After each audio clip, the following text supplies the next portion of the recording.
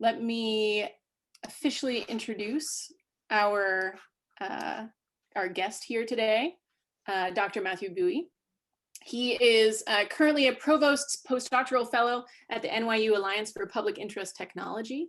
And alongside that, he's also affiliated at NYU with Center for Critical Race and Digital Studies, and also at the UCLA Center for Critical Internet Inquiry. Before being at NYU, he got his PhD in communication from the University of Southern California. And before that, he was at the LSE doing an MSc in media and communications, where he took, as we've just been discussing, some of our core courses from the Department of Methodology. So clearly we get to take credit for everything that Matthew presents to us today. And welcome back, Matthew. Thank you for joining us here today. Matthew does really critical work at the intersection of digital, data, and racial justice. And to do that, he uses an impressively wide range of methods, drawing in a variety of disciplines and different theories in his work. So really appropriate for us to be hearing about today. And today he's going to be talking to us about urban data justice. Clearly something that matters a lot for all of us, especially in this moment, with his talk titled, "What is Urban Data Justice? Defining, Conceptualizing, and Exploring Data Use, Reuse, and Refusal for Racial Justice." So Matthew, why don't you go on ahead and take it over? You can set the terms as to whether or not you want to hold all questions to the end, or would rather have people raise questions as you go along. It's totally your choice and preference. Yeah. Okay. Let's hold off until the end, but I think if there are clarifying questions throughout, more than happy if someone wants to interject and just ask.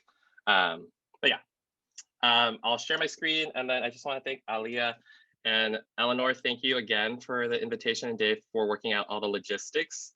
And we'll just jump right in.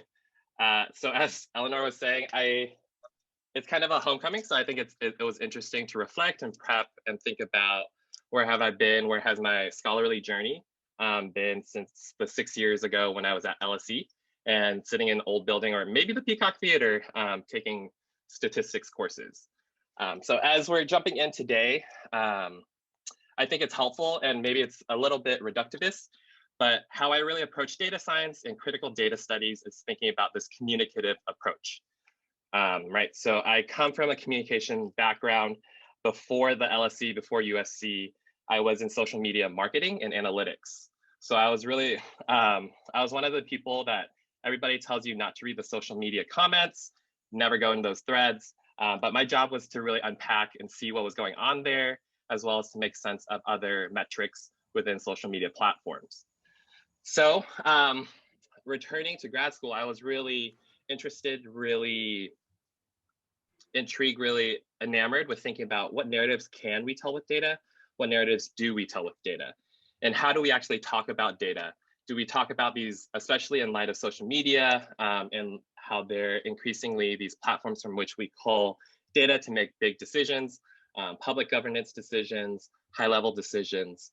Do we think about how they're socially constructed? Do we think about unequal access to devices and internet?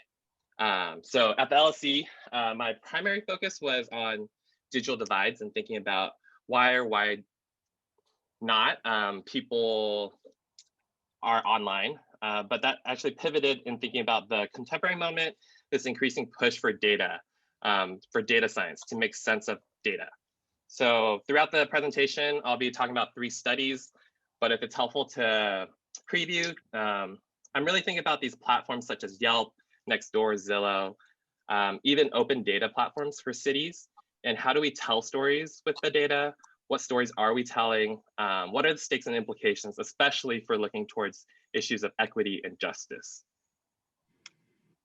And to begin, so a lot of this work actually was related to the dissertation.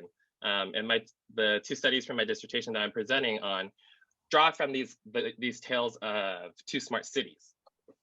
On the left, you'll see the Google Sidewalk Labs rendering, which actually later failed and was due to budgetary concerns in 2020 related to COVID, but also there were concerns about the ways in which Google, the alphabet company, was culling data on visitors without people's knowledge without really their consent, and to think about how do we have a public trust, a public data trust?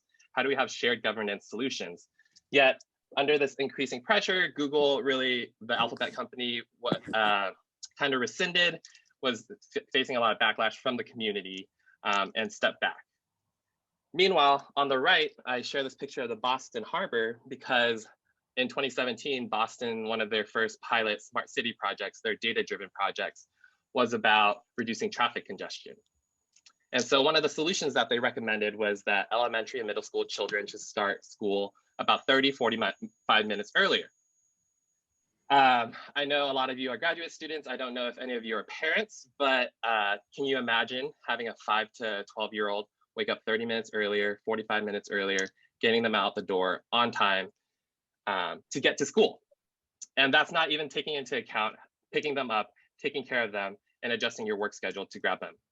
So I bring these questions up because as we think about the smart city, as we think about its failures, its limits, its constraints, its reliance on data, how do we think about the broader story about how these data-driven projects are connected to profit? How these data-driven projects are connected to communities? Are they? And how do we really reorient them?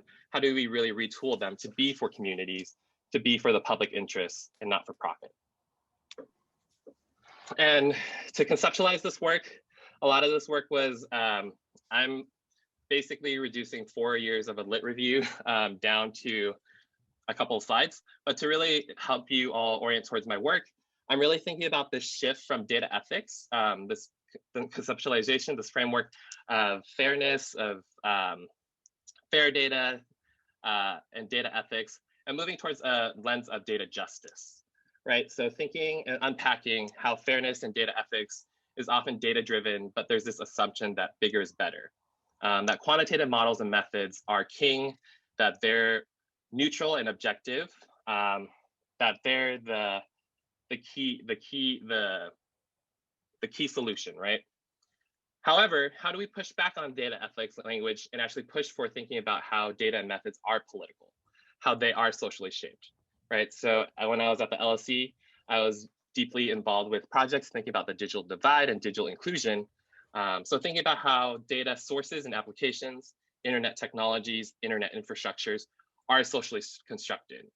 The ways in which that there are hierarchies within, there are hierarchies of access, hierarchies of use and engagement, of skills, etc. As well as just thinking about grassroots visions of data action and activism.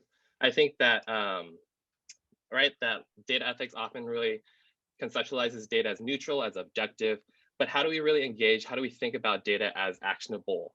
How do we think about the activism that is data collection, that is data analytics, that data can fuel, especially centering marginalized groups and their concerns? So I'm more than happy to talk through that in the Q&A, but I think that's one of the key frameworks that I'll be working with and trying to articulate, right? So thinking about the articulation of data justice instead of data ethics. And then finally, a lot of my work is really engaged with thinking about the racial dynamics. And I do want to do that caveat that I am based in the US, I am focusing on US race relations, but more than happy to unpack in the Q&A and think about more global European frameworks, or thinking even just of the global South, which a couple of my collaborators and I are working on as well, outside of the work I'm presenting. But this slide is all just to capture in critical race theory, in a lot of the fields that I work with, a lot of the areas and scholars that I work with, urban data has actually been a tool for racial control. And so urban data has actually been used to justify, data and science have been used to justify racial oppression, racial control, and experimentation. For example, you'll see the Moynihan report cited as like one of these examples. And this was a famous report from a sociologist to President, I think, Lyndon B. Johnson at the time, articulating just the dynamics of the Black family and how it really pathologized a lot of their dynamics. It attributed the loss of male parents and just the prevalence of single parent households as like the root cause of a lot of poverty and lack of employment.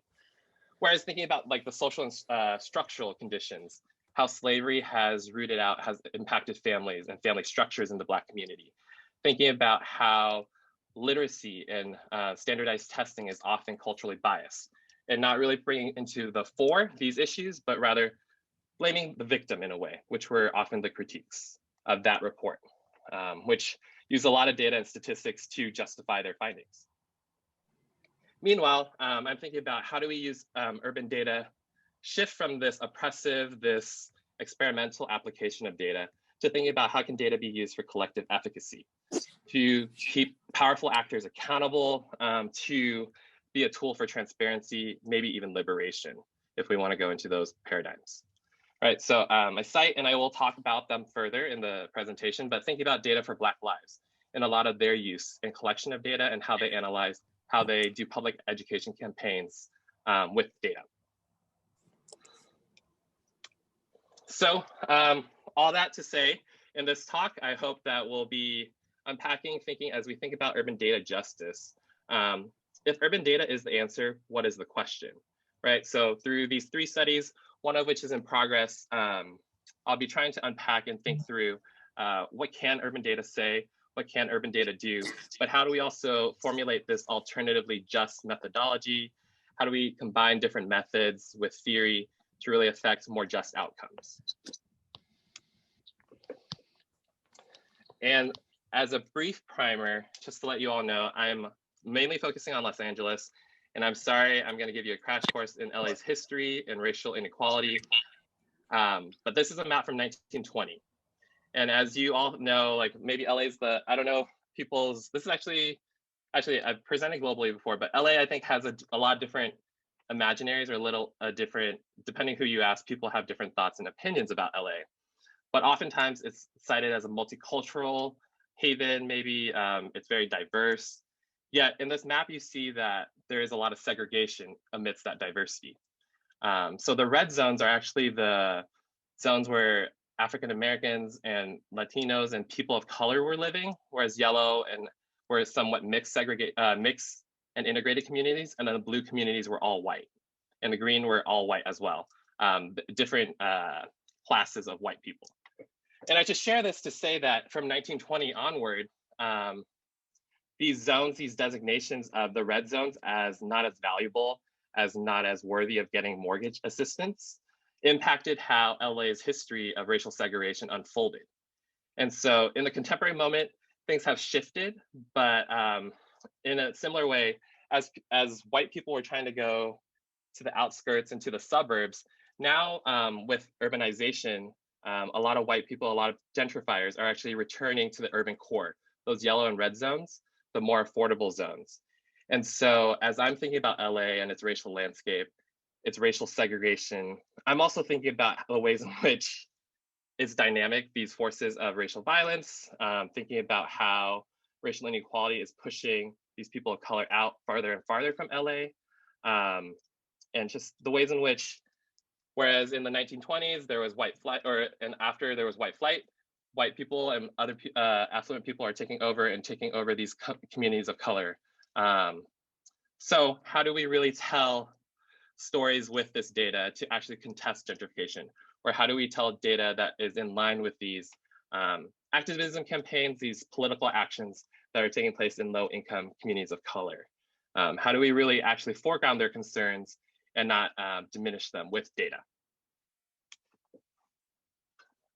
Let me take a brief water break. And yeah, and so today, as we unpack, I'll be sharing 3 studies.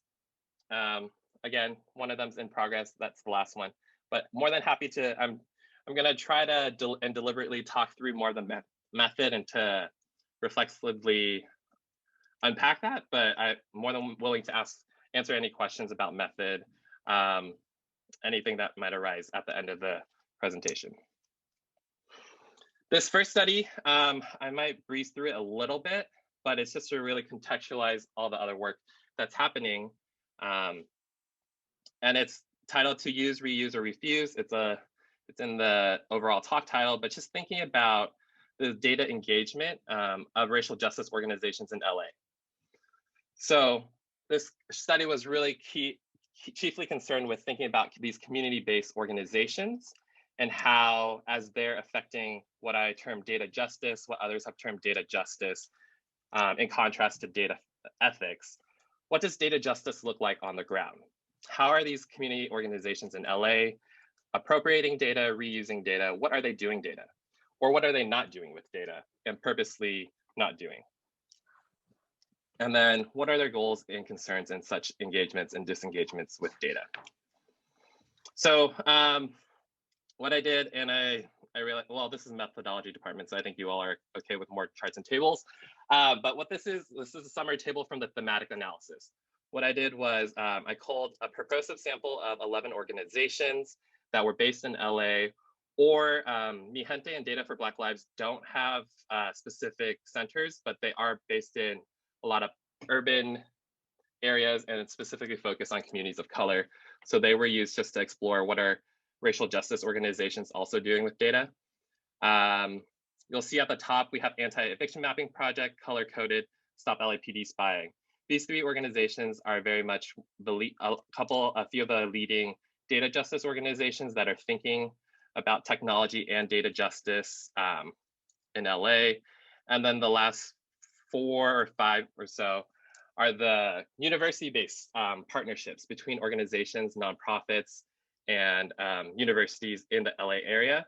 And so just kind of, there were a lot more university projects that could have been included, but kind of just choosing the more high profile, the $1 million grant winning projects, and to think about and look at what are they doing with their data? How are they articulating their use of data? And so at the top of this column, the first column, you'll see this data use. This is really primary data collection and analysis, whereas the reuse is they're appropriating another source of data. So it's secondary data collection or analysis, right? Or they're using and culling data from another source. So whereas the primary use could be they're conducting their own surveys, their own experiments. None of these organizations are doing experiments, but they're culling data in survey form or interview form. The reuse is the using police data. For example, Stop LAPD Spying is reusing police data to call LAPD into accountability, to call them into action, to call them out for their racial profiling.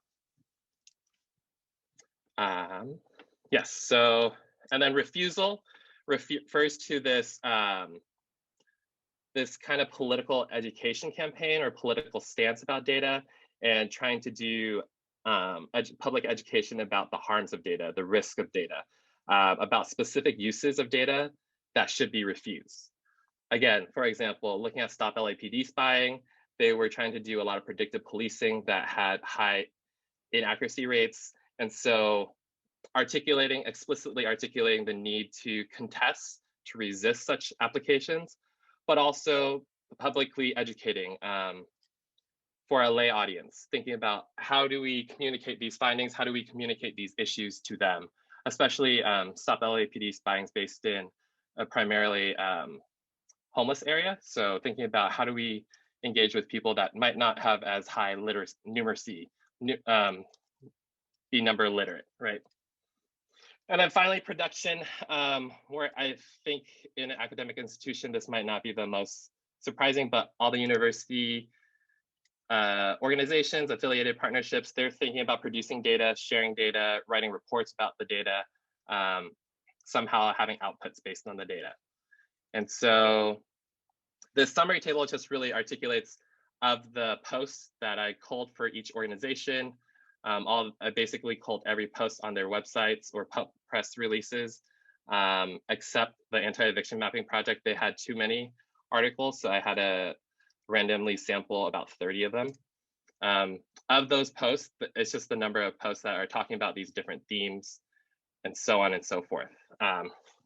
So broad level patterns and broad level trends are just thinking about these first 3 organizations. Color coded is really fixed and like interested in thinking about refusal. They're very concerned with thinking about predictive policing, as well as facial recognition and other technologies. They're not so concerned with data use and reuse. Whereas another broad level trend, and I can go into more like why these are important, but it's just situating the broad array of engagement and disengagement with data among the LA community and these racial justice organizations. But these university programs often see 100%, they're talking about producing data, they want to produce reports, they want to show that they've done something. And so, yes, trying to think, let me look through my notes about any other important things to point out. Oh, yes, and then I briefly noted, but just to explicitly call it out, the anti-eviction mapping project, Data for Black Lives, even Stop LAPD spying. A lot of these reuses of data are very strategic, are very purposeful in terms of pulling data from, even Mi Gente is pulling data from ICE and calling public government offices and agencies, keeping them accountable, right? So for those of you that don't know, ICE is Immigration and Customs Enforcement. They, under the previous administration, have been very xenophobic in their policies. And so Mi Gente and other organizations are trying to use the public data that they have produced, that they have shared from ICE, to call them into, to push back against their policies or their enforcements. That said, you can think about reuse and how it's also contingent on the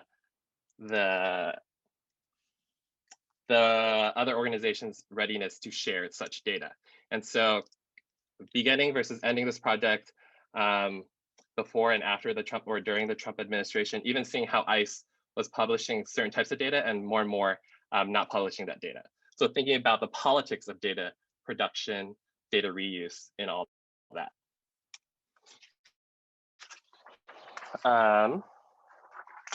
Yes, and so to unpack that a little further, just to give a little more context, and then again, I'm more than willing to answer and go more in depth, but this is just to give some context to the second study. This quote on the right is just thinking about how Data for Black Lives uses and reuses data, and how I'm situating that in juxtaposition to more administrative, more quote unquote non-political uses of data. In contrast, Data for Black Lives thinks about, for those of us living on the margins, data is protest. Collecting and analyzing data is accountability, and data is collective action. So in this post, Yashi Milner, the chief, one of the founders and leaders of Data for Black Lives, is really articulating, in the midst of COVID-19 data, in the midst of the US not having data disaggregated by race, why that's very important, how it's accountability and collective action, how that really drives a lot of decisions, why there's such a need, and the lack of racial categorization. Although some of my work actually plays on what are racial categories helpful for, but also like why might we need a measure and have metrics for racism instead in a lot of projects. How do we push for that type of framework? Data for Black Lives is really calling attention to the need for racial disaggregation and such data, to be able to call into question how this public health crisis, this global pandemic, actually disparately impacted different communities. In contrast, Data for Black Lives, Milner again talks about data refusal. In their Abolition Means the Creation of Something New Medium blog post.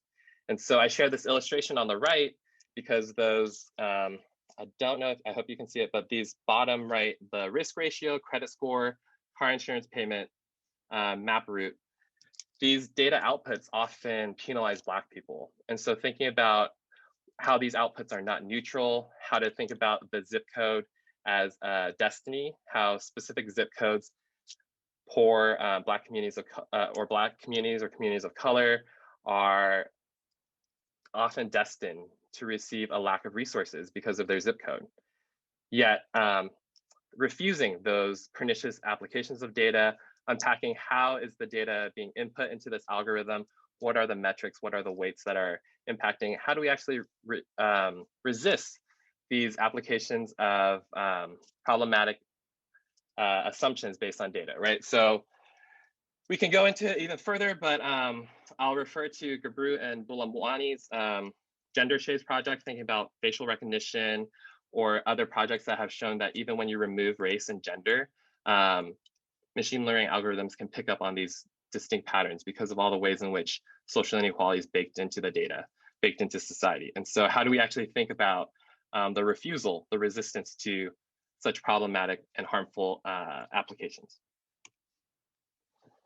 Okay, and then I know we really briefly went through that first study, but this study was just really trying to reconfigure the smart city stakeholder network to think about how do we move beyond just technology partners and local government offices, and how do we really foreground the local community, right? So thinking about what are the community organizations doing with data, how do we actually engage them with data, how do we actually allow them to push for these data-driven decisions rather than giving all the power, all the leadership to technology partners and local governments.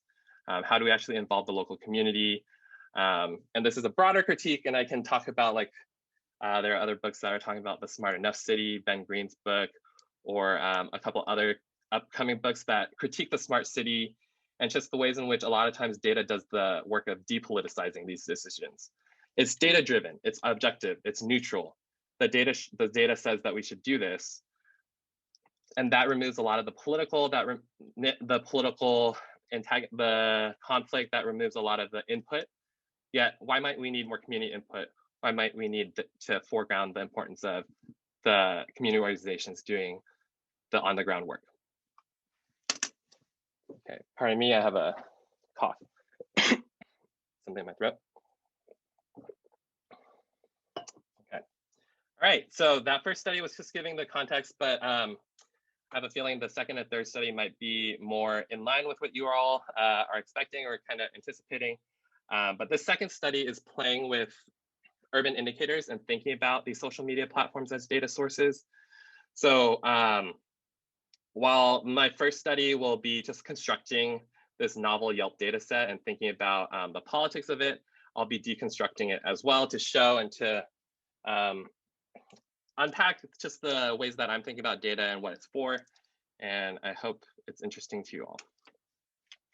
Again, just kind of foregrounding the research questions that drove the study is thinking about the racial politics of data use and reuse. What are the stories we can tell? What stories can we tell? Especially thinking about campaigns for working class communities of color. So in this study, I'm really taking to heart and thinking about concerns of gentrification, housing affordability, and the encroachment upon these previously divested, disinvested communities of color that were under-resourced, yet more and more as they're more affordable than more pricey LA neighborhoods, how people of color are getting pushed out.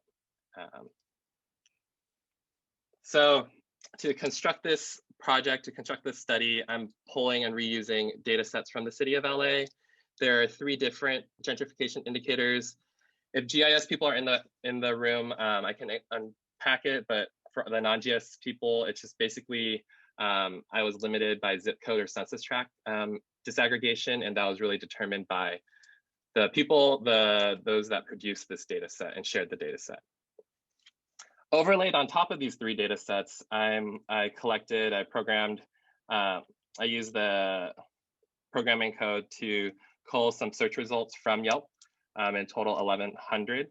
They were geocoded and categorized by artisanal versus non-artisanal. So to clarify, these were the search results for coffee and tea shops. And I forgot to prime you all, but like, as I'm thinking about gentrification, I'm thinking about even urban myths or urban narratives about the coffee shop as this symbol, as this signal that the neighborhood's changing, right? So there's this coffee shop, it's artisanal, it's minimalist aesthetic, it's higher end. Oh, that means our neighborhood's changing. That means we're gonna be pushed out soon. So thinking about those narratives and playing on and building on previous studies that actually have shown coffee shops to be reliable indicators for gentrification predictors. And building on that, but also in the deconstruction phase of the study, thinking about, oh, is gentrification actually positive or negative? Who's it positive for? So all that to say, they were coffee and tea search results, 1,100 of them. They were geocoded and then categorized by artisanal or non-artisanal. Artisanal coffee shops have specialty coffee drinks, minimalist aesthetics, sometimes have fair trade advertisements about their fair trade coffee status, single origin status, etc. In LA, fun fact, for all of these that know LA, horchata lattes are one of the most reliable indicators of an artisanal coffee shop. And then there was also a franchise layer of the data, and I collected the review counts and average rating. And then all that to say, I did an ad hoc thematic analysis of the reviews themselves, culling data or reviews from a purposive sample of high profile coffee shops in this gentrifying area around downtown that I'll talk about later. All that to say, I couldn't do this last part computationally because of the terms of service of Yelp. And so as we're really thinking about method and methodology itself, a lot of the reuse of data is constrained by platform terms of service. And so unless I wanted to be sued, I was a grad student, I did not have the money and capital to afford that. I had to find other ways to get all the reviews, or at least some of the review content from Yelp. Okay, and then so this is just an overview. Sorry, this is very primer heavy, but this is an overview of the data set. There were 1,700 total coffee shops, overlaid them, and then when you get down to the city of LA, there are only 86 artisanal coffee shops, and 49 census tracts represented, 30 zip codes represented. And those related studies on the bottom, Glaser and Luca, especially McKinsey cites Glaser and Luca, I believe. They talk about actually how Yelp specifically is a helpful indicator or a helpful data source for predicting housing supply and gentrification patterns. Papa Christos, Glaser and Luca actually cite coffee shops as one of the most reliable indicators as well. And then Papa Christos talks about how coffee shops lead to more policing, policing leads to more gentrification, in case you all are curious about the related studies. And kind of the studies that I'm in conversation with and contesting and trying to think about, is gentrification net positive for all? Yes, there are more resources, more amenities, but for whom? And how do we really think about these concerns of people of color, low-income communities of color being pushed out? Where are they going? So all that to say, I overlaid these the 4 data sets, the 3 data sets with the 1 novel data set. And sorry, I'm turning on Do Not Disturb on my phone. And so this red box in this first, the slide on the left is actually zoomed in onto the right. And so this is downtown LA. A lot of the gentrification, a lot of pushes for urbanization, for urban development have really concentrated a lot of the activity and concerns to this area. And so as we talk about just constructing like the different visualizations that I've done with this data set, I'm really thinking about this area a lot, but also other areas, but primarily this zone of gentrification. The arts district is right around here, and Silver Lake and Echo Park's up above here. Okay. So this next map is another rendering with geospatial software of just the indicators. So overlaying on the bottom, the red to yellow scale is just shading based on the score of displacement pressure. And then versus the number of artisanal coffee shops, it's just that like bigger circle versus size. And just initial exploration of thinking about how the number of coffee shops might like relate to displacement pressure, gentrification. And so this is one index and one just visualization of how there are more coffee shops in this downtown LA area. They tend to agglomerate within this highly gentrifying area. And then when we look at the reviews, it's a similar pattern. There are coffee shops that are not in gentrifying areas with a lot of reviews, but a lot of the highest reviews are in more red zones. And so relative to the others, like they are more displacement pressure, more review counts, just a visualization to unpack the data as well. And so that's that downtown LA area. And then finally, I apologize for the formatting, downloading it. Anyways, it's gonna bother me up here, but anyways, this is just a Pearson's correlation table, just to, not to say anything about causation, but to really hint at the ways in which, thinking about the number of artisanal shops, the mean review count was actually a statistically significant predictor of the index score.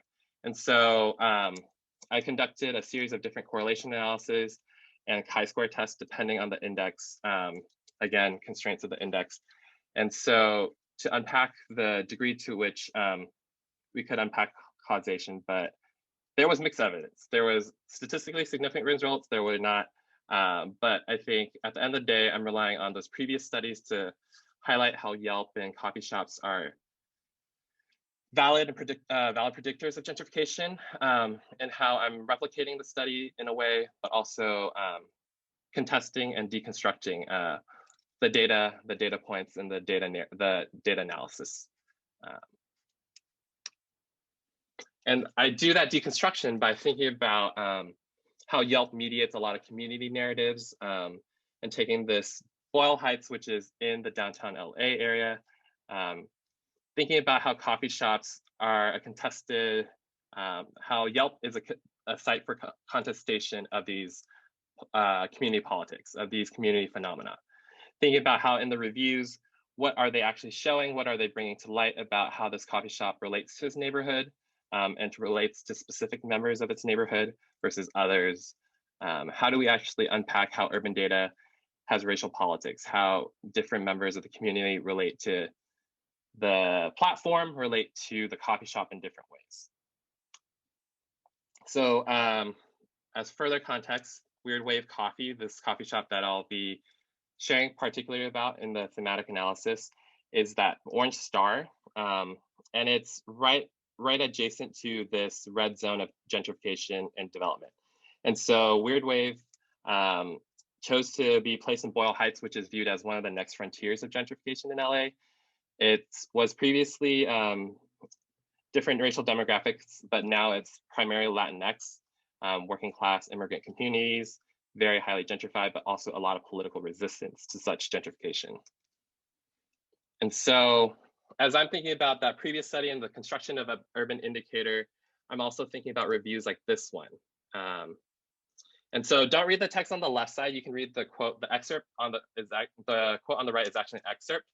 But to explain what's going on in the left image, the yellow highlights are actually where they talk about the coffee shop itself or the business. All the other white text is about the neighborhood, about this person's opinions of the neighborhood, about their opinions about this contested coffee shop.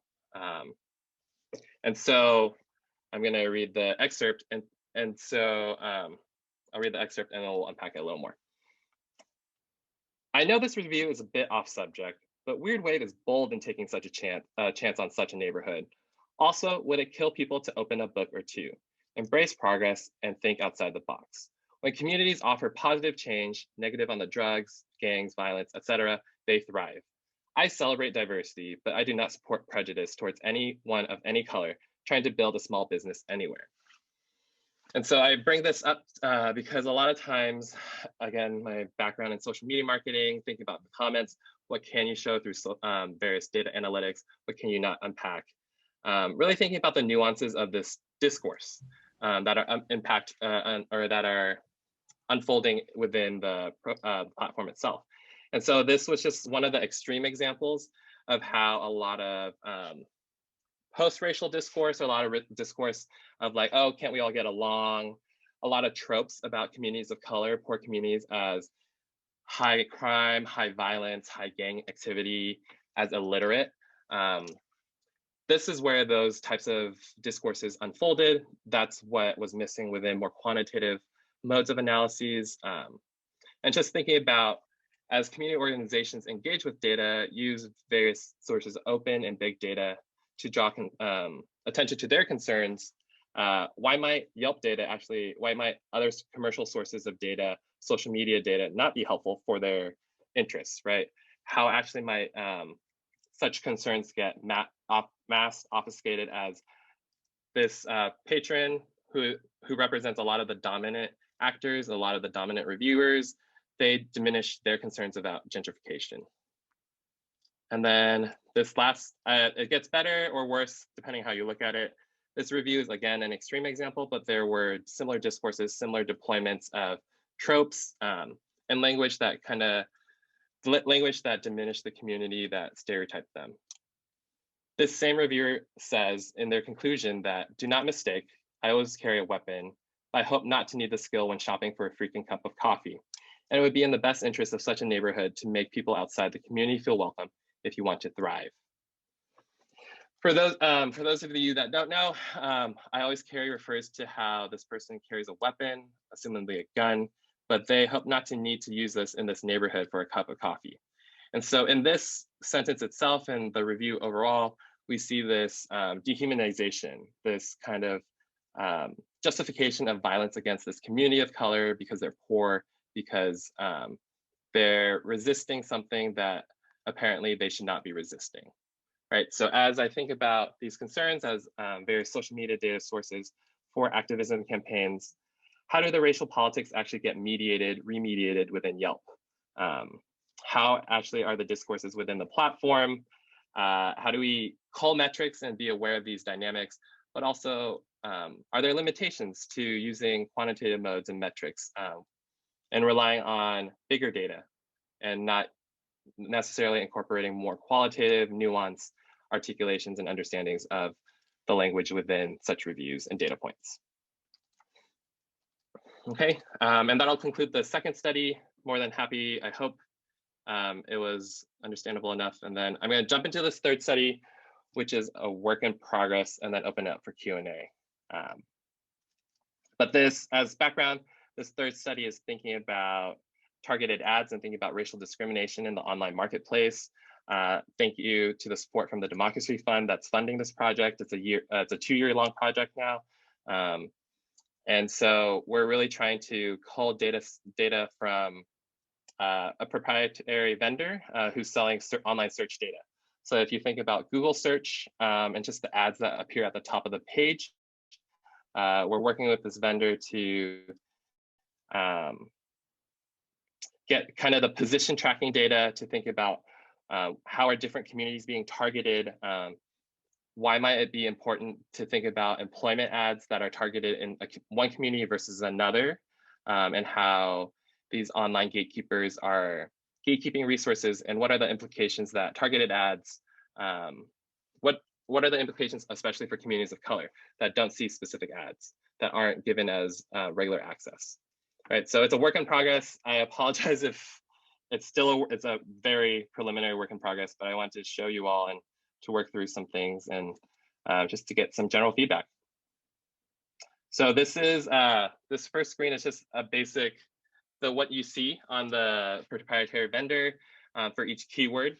So we're tracking keywords, and then for each zip code, they'll be able to say, this is where this domain was at for this position. Internet domains are the first part of the URL. So california.gov, vote.org, cnet.com. It's kind of what we're using to distinguish different companies from each other. And so for each keyword, for each zip code, we know the position of the domain. And so overall, we tracked scores and scores of the keywords and scores of their domain, like each domain's position relative to each zip code. And so I show this formula just to show that we did a basic similarity analysis on the domains for each zip code to just unpack kind of the distance between them. So to see which ones were more similar, to be able to generate a type of network. So each domain was calculated to be similar per zip code or per keyword. So thinking about which domains operated similarly, which companies were targeting similar communities for each keyword. And so with that, we were able to generate these network graphs. And again, these are preliminary results. We're still digging through them, but I think we're just trying to think about online degree programs as a site of just thinking about keywords and thinking about how a lot of online degree programs, there's Coursera, which might target people trying to learn to code or program, like all of you learning R, versus especially in the US, they're problematic industry, but like the for-profit universities that have high interest loans and prey on a lot of communities of color, low-income communities. And so how do we think through the different targeting behaviors, the different targeting dynamics and patterns. And then I show the distribution of similarity scores, just as we kind of visualize those as well, to show that COVID-19 in New York City, that's actually good news that there was that everybody was around the same, that everybody was receiving the same exposure to all the COVID-19 information. But again, looking at online degree programs, looking at these disparities, and that different communities were being targeted. So we just started on the more quantitative and data exploration stage of this. We're going to supplement that with additional case studies of specific keywords and unpacking. We are also collecting an additional data set of the ads themselves, and to conduct a content analysis of the ads to see, yes, these ads, these domains were targeting these affluent communities versus these were targeting non-affluent communities, but what were the ads actually saying? What was going on under there? Okay, and with that, I just want to close and again, I hope it wasn't too much, and I will unpack a lot through the Q&A, but my work is really thinking about this question of if urban big data, urban open data is the answer, what is the question? How do we really put urban data to work for causes, issues of discrimination, of injustice, of inequality? How do we actually probe at that? How do we actually call attention to that, rather than just predicting using race as a predictor variable for inequality? How do we really provide metrics to call attention to these concerns, to push narratives, to push actionable decisions that benefit all, that benefit especially the marginalized? And so hopefully this previews a window into how I think about data. Again, it was fun, and it's fun to be on home turf again, to think about and to reflect on the past 6 years, how my methods training provided me really key insights to know how to statistically engage, to know the difference between regressions, but also to more critically assess what can data do? How do we really push it towards more racially just outcomes, or helping towards those outcomes? Thank you, and I now welcome Q&A. Let's all thank Matthew for a wonderful talk, and open it up for questions. Let's start for any MSc and PhD students who might have questions. Get them with some priority first. You can try the raise your hand thing. And then if it's helpful, I don't know if this would be helpful, and Eleanor, correct me if I shouldn't do this, but I can also walk through my MSc, PhD students, my career. I think that might also be irrelevant of LSE. From LSE, I applied to PhD programs, and then now I'm a postdoc. So any of those on the market or considering academic careers, if it's helpful to have another ear, I don't know. Yeah, I think that'd be great. Well, while we're thinking about your talk, let's try to have some questions from that, and then maybe we can get more meta and get some insights and advice you might have for people thinking about different, career movements on from their MSc program. If you've got a question though, please do raise your hand, or you can type it in the chat if you'd prefer, and I can relay. I'm not an MSc student, but I have a question, so I'm happy to kick us off if we want. Sure. But I can also wait. I'm happy to wait as well, and I can't see any hands up right now, though. Yeah, go for it. We'll give people more time to formulate their questions. Yeah, go for it, Alia. Thanks. I think. Okay. Sarah. Yeah, sorry. Maybe the settings doesn't have the hand raising thing here. Sarah, do you want to kick us off? No, she can go and I'll go after. Okay, sounds good. Okay. Matthew, I'm curious about your study using the Yelp data, and I think maybe I missed this, but I wondered if you could tell us a little bit more about, because you mentioned that you couldn't do some stuff that you wanted because you would have gotten sued based on their data protection stuff, and I'm curious about what you were trying to do initially versus what you ended up doing. It sounds like what you have is a qualitative study, right? Like a thematic analysis of these 1,100 reviews, is that right? And what kind of things are you trying to understand through that, basically? So if you can just tell us a little bit more about the Yelp study, to see what you were trying to do, what you were not able to do because of the platform itself, and then what you kind of learned through what you did do. Yeah, so I think the initial idea was to really collect all, so the 1100 are the coffee shops themselves in Los Angeles. So it's like each point, and this is geospatial data, it's just like a point, and then we have the review count, and then the total average star rating per coffee shop. So like it was gonna be a map, and then honestly, I was gonna code and grab the coffee shops, and then an initial idea was grab coffee shops, grab breweries, grab wineries, grab like pet boutiques, and thinking about like, oh, like what are the different indicators, and then making a map. So like I'm trained in GIS, kind of geographer in training, like have a publicly accessible map of all the different location points of like indicators for gentrification. So But in the Matthew, midst of, on that exact point, you said the 1100 were coffee shops. Now, were those Yelp reviewed coffee shops, or you got the coffee shop total data from some other source?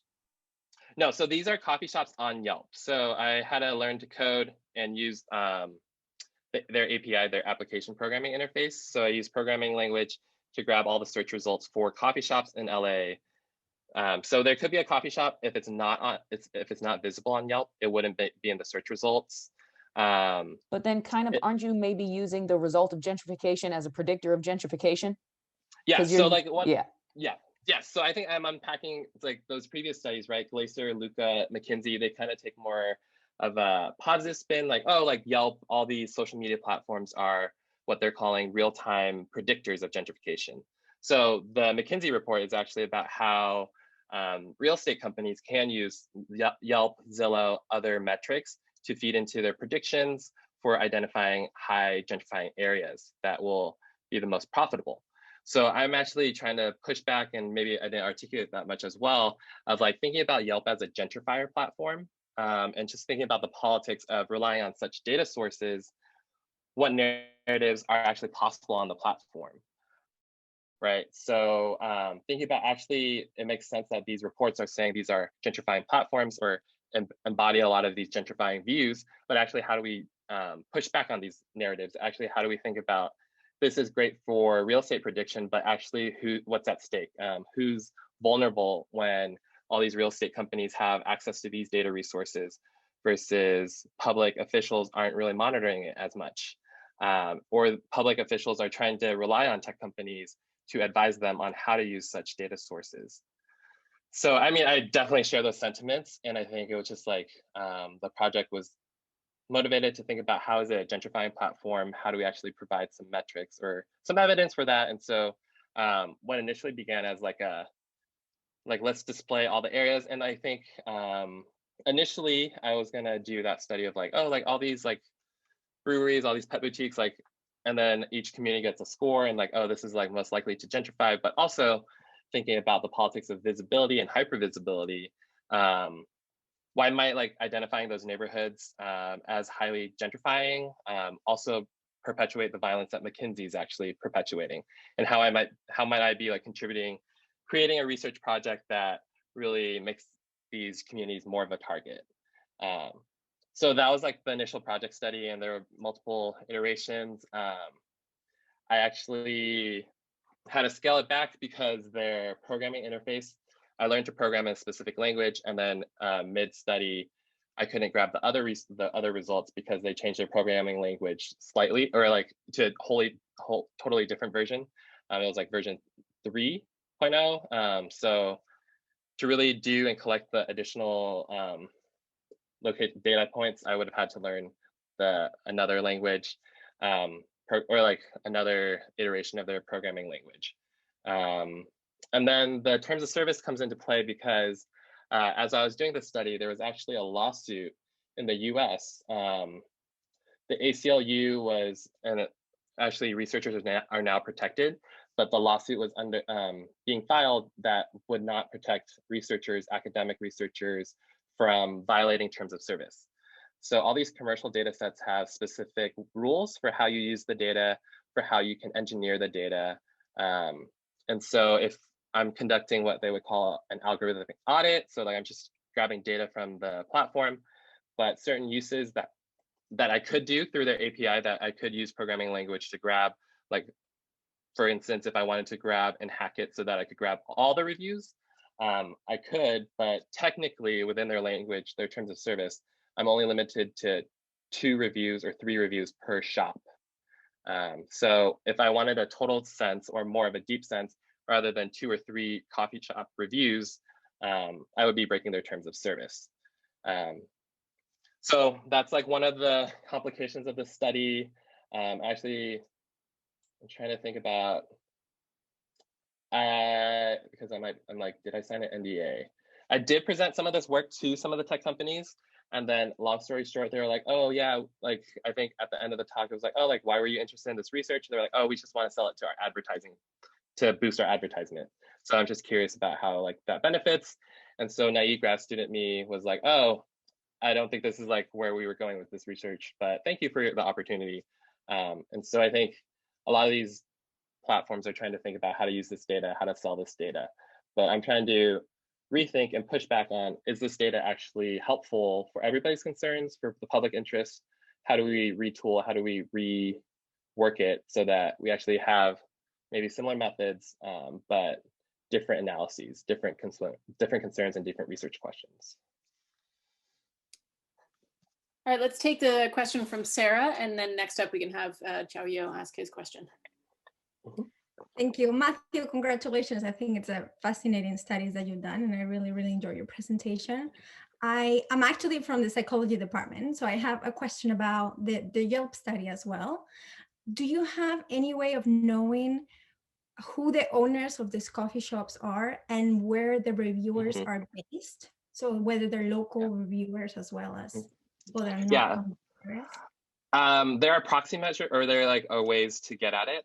So actually didn't get into it, but the thematic analysis of the reviews, I looked at the hometown of each reviewer. So you kind of have a somewhat signal of where are they based at, or when did they create their Yelp profile, and like where were they based when they created that.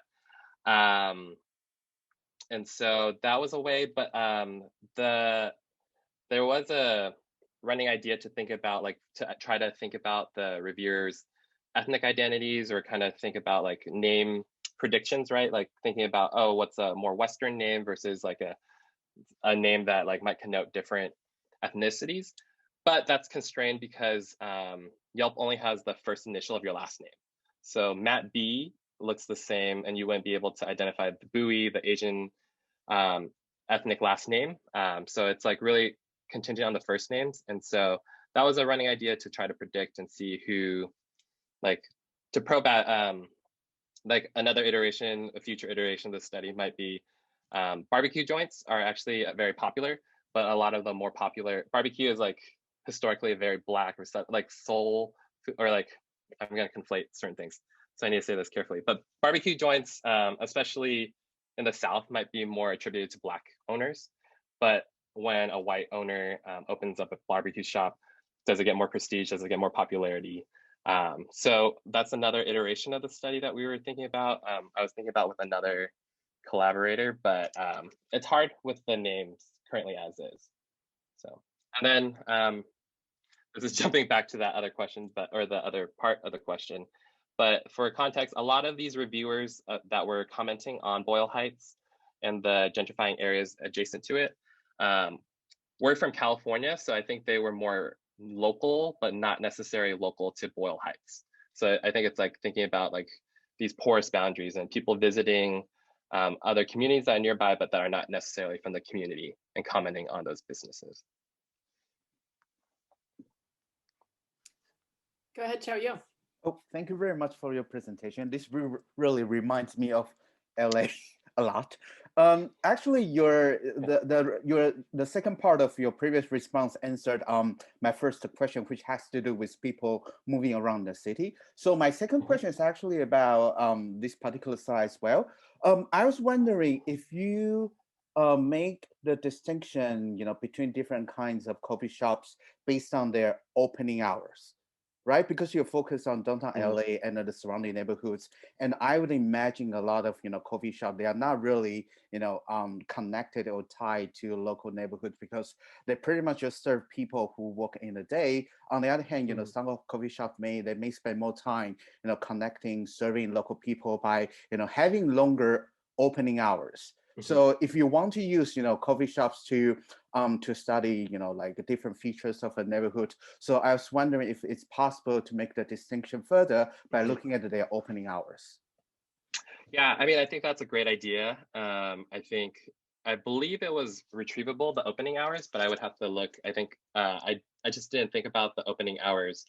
But an extension or a test case for this study was for a GIS course. During COVID, I was also building on this data set by using some software just to go around the field and just to mark which coffee shops were open or not.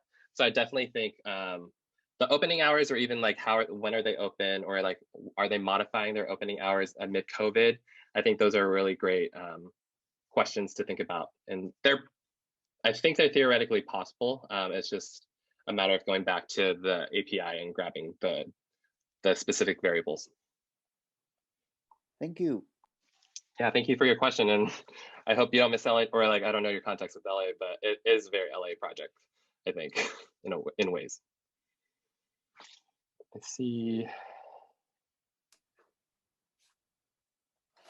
Other questions? Well, I've got one for you, Matthew, which is prompted in part by one of the earlier questions. I'm wondering if you have any thoughts on how you can deal with the absence of data. So not just what appears in the Yelp data set, but what is missed in any of these data sets. If there are any sort of techniques on how to grasp that, quantify occlusion basically, or quantify absence, and what's not present in the data set, and to see that as a way to capture something about lack of inclusion and possibilities there. Yeah, I mean, I think the key answer, the key strategy I would go to is like more on the ground or field work, kind of being embedded within communities. I think maybe it's not fully apparent, but that data typology was really the building up of a lot of connections that I built over the past 5-6 years in LA, thinking about this work. And so a lot of those communities, a lot of those projects were in dialogue, but I was really relying on just their public facing materials, because I initially started with this like data scientist view of like, oh, like all the data is going to solve, but actually like I think data isn't always there. It's often outdated. It's often missing data. One of the pressing concerns in a lot of these organizations, for example, is that the US Census data might undercount a lot of hard to count populations. So a lot of communities of color, a lot of undocumented immigrants, a lot of the undercounting in those communities, and therein result in lack of funding for these communities. So I think it's really being dialed into these community organizations and having more of a community engaged, community embedded approach, which I think a lot of urban data scientists try to reduce or try to be more efficient, right? They have time constraints, they have budget constraints, they're trying to come in, get the data, assess a problem. But I'm really pushing back and taking a step back of like pushing them to think about how do you get actually more input? Actually, how do you have quality checks? How do you actually validate the data narratives, the data analysis? All right, let me relay another question here from Molly. So she asks, can you share some ways that organizations concerned with urban data justice can use your Yelp data set for community action? I mean, I think, let's go to that study. I think some of them might, but I think the anti-eviction mapping project, which outside of this project, I'm actually a part of the collective. So the anti-eviction mapping project has like a visualization of multiple cities, or like we're thinking about how do you countermap a lot of these issues. And so I think the Yelp data set might be the most pertinent to their types of products. Honestly, Stop LAPD Spying is actually more of the data refusal, and they sometimes use data, but they're really careful and they're very concerned about data usage, especially given their relationship with LAPD and how LAPD has really weaponized a lot of the data and data applications. I mean, I think color-coded, we were in initial talks about how to use, or like maybe like a creative project. Color-coded is very much, it's like a group or a collective of technologists and designers that are interested in issues of race, decolonial theory, and trying to think about how do we rewire the industry and different professions. So I think they would be interested. And a couple of the other organizations, especially like Data Science Federation, SCAG, they reuse data in different ways for community-based projects. $1 Million Hoods is the reuse of police data to really show how much is invested in terms of policing versus how much is invested in terms of real estate in each community and education resources. So I think Yelp might not be within their purview, but I think other sources of commercial platform data might. So great question. Ivan, you want to ask your question? Yeah, thanks for the talk. I'm not sure I'm going to be able to formulate this as cogently as I'd like to, but so I really like that. And I thought one of the things that I was interested in is this is a very mixed methods approach, right? You've got your quantitative analysis, your GIS stuff, and then you've got your thematic analyses of the content of the comments in the reviews. In the second study, you're pulling up, and you pulled up 2 comments. And I was wondering if you could say a little bit more about how you can bring those together in a single analysis, because I couldn't help but think, so I'm an ethnographer, very sympathetic to a lot of the stuff that you do on the qualitative side there, but I couldn't help thinking, you know, okay, these are just 2 comments that you've pulled out, and you need a little bit more of a systematic thematic analysis to say what is really in an indicator. And I think the same will be true for the third study that you were talking about, where you showed that, you know, for example, courses are being targeted to 2 very different groups. And you were saying, justly so, it seems to me, we need to understand if it's actually the same content that's being. So can you say a little bit more about how you do that and how you do it somewhat systematically? Yes, fair point. I think for brevity of presentation, maybe I didn't elucidate or how many reviews. So this is actually should be corrected. The novel data set had 1,700 coffee shops, but there were 1,100 reviews. So I only showed snippets from like 1 review in 2 parts, but these reviews were for these 15 neighborhoods. And so this math is not adding up, sorry. This is what happens when you do prep your slides and redo them the day after inauguration. But there were 15 neighborhoods, and there should have been at least 100 reviews, I think. So 15 neighborhoods, 5 each, but then I also purposively grabbed 20 for the Boyle Heights coffee shop because I knew that might be more rich of a data set. And so I think you're right in that a lot of my work tries to be quantitative, but I'm limited by the questions or maybe my approaches. And so qualitative ethnographic approaches are really helpful and important. And so I think even how I do the corpus is like thinking about strategic ways to like make bigger data, like slice the data. So it's like the data overall is like LA, but like slicing it down to that downtown LA area specifically. So I can really be able to dig into the nuances of those reviews, the depth of the reviews themselves in those 15 areas right by there. Yet also, and not get like, not get overwhelmed by copy and pasting all those, right? So I think like I'm already done the coding language. I like unpacked and did the metrics and did the visualizations, but how do we probe at the different dynamics of the gentrification discourse within those areas? So I think definitely a fair question. And I think for those of you interested in a more ethnographic outlook on data, I definitely think that's important. That's a growing push for within what I know and what I am conversed with in critical data studies. Like how do we think about more ethnographic outlooks? Dorsch and Cruz have actually a great piece on that. And thinking about how do we have ethnographic outlooks of these data, how we actually have more grounded, more nuanced understandings of how these data operate, the data practices, the production, and why is that needed, especially in data science circles? Thanks. I think I missed the fact that you'd done the thematic analysis in such depth. I'm sorry. I mean, so actually, honestly, that completely addresses what I was trying to say. Sorry. No worries. I hope like I might not have highlighted it because I think I'm just waking up. It's 9 a.m. in New York, 10 a.m. now maybe.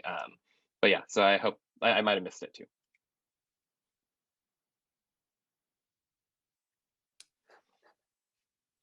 Other questions for Matthew? Oh, sorry.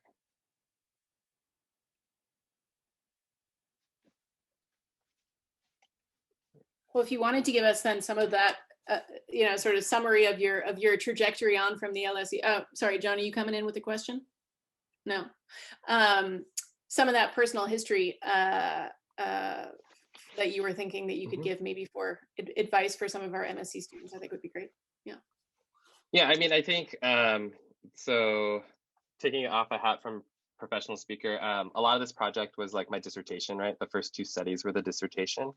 And so I think, as the other questions alluded, I had this initial, oh, like I'm going to create this big data set, grab all of these data points, make a shiny map. But I think being more engaged with the community organizers, being engaged with communities, and a lot of critical scholars pushed me to think about all this training that I received at LSE to really further, like I think LSE actually trained me to have a critical eye. But how to continue to have a critical eye towards these more quantitative positivist methods, and how do I really think about, especially in light of the push for data, the push for technology, the push for programming, those types of discourses, like what is it actually actionable for, but what also ethnography, more anthropological, sociological research that I was exposed to at LSE, like how do I lean in on those complex theories and frameworks more? So, sorry, long story short, I applied for the PhD, did the PhD on a dissertation project that I did not think I was going to do. I ended up being here. But I think, I mean, if you had asked me a year ago how I was doing, I think the job market was okay. But I think it has been a terrible job market for most. But I do think in these fields, we're continuing to reckon and think about data. I think the moment of data and digital inequalities is very salient because of COVID, because of digital divides. And I think racial justice globally is just very high, like front and center. So I think it's an important moment, and I'm continuing to wrestle with how to make the most of it. I have a postdoc right now, but I will be transitioning to a tenure track job I'll probably finish one more postdoc here and then have a tenure track job. TBD, where there are a couple works in progress, but yeah, and I can't publicly share yet, but it's been a journey. And I think throughout the process for all the grad students in the room, I think it was like, oh, like, am I doing the right thing? But I do think these core questions of racial inequality, racial justice were always top of mind, and I didn't want to lose that. So I was very chiefly concerned with not being strategic so much as following my gut and like really following my interests, if that helps. I don't know if I can offer that much more, but like, yeah, so that's my journey. Yes, and New York City in a pandemic in a new city is not the greatest, but I think it's been a great teaching point, a great learning curve. I look forward to one day being in London and visiting in person. But absolutely. Though Chao-Yo here, who has another question, also got to move to a new city of London in a pandemic, and he might tell you that's pretty hard too. Yeah, you had another question, Chao-Yo? Oh yeah, actually, this is not a question. This actually has something to do with what Matthew, you mentioned at the very beginning. Before your presentation, you say something about extending the current study to other countries or even global south, which sounds like collaboration. And I was wondering if you can talk a little bit more about that. Yeah, I mean, I think the initial thought is kind of thinking about LA. So like I do a lot of work in LA. I'm in New York City right now, but LA is like viewed as a borderland. So I think LA is viewed as like very much a land where a lot of people migrate to. So I think there has been precedent for comparing LA to Latin American countries. A couple of friends and I are thinking about that, or like, I don't know, the nuances. Another extension of this project, which is pending grant funding, is probing at thinking about business owners of color and how do they navigate the Yelp dynamics. How do they I'm Asian American, so thinking about Asian ethnic restaurants and like how do they appeal to different consumer bases, but also like do they have to acquiesce on certain things to like make Americanized white food, right? Or Americanized Chinese food or Vietnamese food. Do they have to do certain aesthetics? Do they have to play the platform in certain ways? Which is all probing out like this question of like what is authentic, and is it authentic in the white gaze? Is it authentic like to their culture or to their ethnic identity? What is authenticity? So I think there's another study that way that could get at like transnational flow of culture, food, maybe. I mean, very open, but I think those are ideas running through the back of my head.